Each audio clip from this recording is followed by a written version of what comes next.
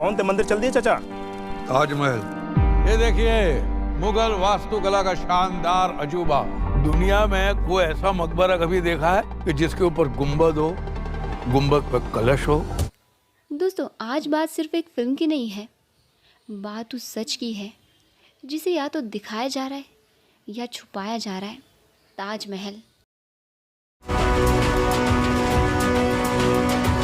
हाँ, वही ताजमहल जिसे दुनिया मोहब्बत की निशानी मानती है, लेकिन अब वही ताजमहल बन चुका है एक विवाद का केंद्र। फिल्म द ताज स्टोरी ने एक ऐसा तूफान खड़ा किया है कि सोशल मीडिया से लेकर संसद तक चर्चा छिड़ गई है। परेश रावल, वही सीनियर एक्टर जो अपनी समझदारी के लिए जाने जाते हैं, अब उसी फिल्म में वो एक ऐसा किरदार निभा रहे हैं जो कहता है, मैं मंदिर देख रहा हूँ। बस इतना कहना था कि पूरे देश में बहस छिड़ गई। क्या वाकई ताजमहल एक मंदिर था? अहम बात यह कि क्या था उन कमरों में जो रातों रात दीवारों में चुनवा दिए। क्या वाकई इतिहास को झूठा बोला गया है, या फिर ये सब सिर्फ एक नया नैरेटिव घड़ने की कोशिश है? पत्रकारों ने पूछा, परेश जी, आपने ट्रेलर में खुद कहा कि आप मंदिर देख रहे हैं, तो क्या इसका मतलब आपने ताजमहल को मंदिर घोषित कर दिया? परेश रावल मुस्कुराए और बोले, जहाँ मैं कर्म करता हूँ वो जगह मेरे लिए मंदिर है। लेकिन फिर भी सवाल थमा नहीं। उन्होंने कहा कि भारत के रग रग में सनातन है। क्योंकि भारत की रग रग में सनातन है। क्या ये बयान राजनीति की ओर नहीं इशारा करता? परेश रावल बोले, नहीं, ये फिल्म इतिहास की सच्चाई दिखाती है, ना कि राजनीति। पर सवाल ये है कि क्या वाकई फिल्म इतिहास दिखा रही है या इतिहास को बदलने की कोशिश? क्योंकि जब भी कोई फिल्म सच्चाई दिखाने का दावा करती है, तब सबसे पहले उठती है विवाद की लहर। पत्रकार बोले, आप बीजेपी से सांसद रह चुके हैं, इसलिए लोग कह रहे हैं कि ये पॉलिटिकल प्रोपेगेंडा है। इस पर परेश रावल ने कहा, 2017 में मैंने ट्वीट किया था कि ताजमहल पर विवाद मत करो, ये खूबसूरत चीज़ है। लेकिन अब वही शख्स फिल्म में विवाद का केंद्र बन गया है।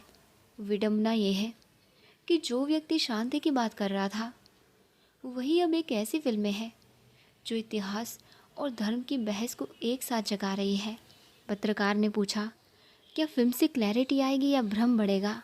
परेश रावल बोले, क्लैरिटी ही आएगी। जो झूठे इतिहास पर परतें जड़ी थी वो उतरेंगी। लेकिन दोस्तों, असली खेल यही शुरू होता है, क्योंकि जहाँ सच्चाई और राजनीति टकराती है, वहाँ हमेशा आग भड़कती है, और उस आग में फिर सच भी जलता है और झूठ भी। परेश रावल का कहना है कि मैं नहीं चाहता कि ताजमहल को एक खरोच भी आए, लेकिन यही बयान साबित करता है कि इमारत नहीं टूटेगी, पर समाज ज़रूर टूट सकता है। हिंदू मुसलमान के बीच दीवारें फिर से खड़ी हो सकती हैं। फिर सवाल उठा, लोग ये फिल्म क्यों देखें? परेश रावल बोले, क्योंकि इसमें सच्चा इतिहास है। उन्होंने कहा, जो झूठ तुम बरसों से पढ़ते आए हो, अब असली इतिहास देखो। उनका आत्मविश्वास देखने लायक था, लेकिन ये आत्मविश्वास इतिहास से आता है या कल्पना से? ये सवाल अब भी बाकी है। पत्रकार ने पूछा, क्या ये फिल्म उसी पुरानी थ्योरी पर आधारित है जो कहती है कि ताजमहल पहले तेजो महाल था? परेश रावल ने सिर हिलाया, कहा, हाँ, फिल्म का फोकस यही है, असली तथ्यों को सामने लाना। लेकिन फिर वही सवाल, कौन से तथ्य? वो जो किताबों में लिखे हैं या वो जो कल्पनाओं में घड़े गए हैं? अब माहौल गर्म हो चुका था। पत्रकार ने कहा, बहुत से लोग कह रहे हैं कि ये फिल्म भी वही पुराना प्रोपेगेंडा दोहरा रही है। परेश रावल ने कहा, कुछ लोग सच्चाई बर्दाश्त नहीं कर पाते, उन्हें जेल में डाल दो या कह दो ये प्रोपेगेंडा फिल्म है, फ़र्क नहीं पड़ता।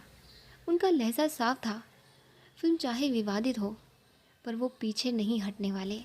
आखिर में दर्शकों ने कहा, एक डायलॉग सुनाइए। परेश रावल ने मुस्कुराते हुए कहा, कुछ लोग सच्चाई से डरते हैं क्योंकि सच्चाई उनकी कहानी बदल देती है। और दोस्तों, यही ख़त्म हुआ इंटरव्यू।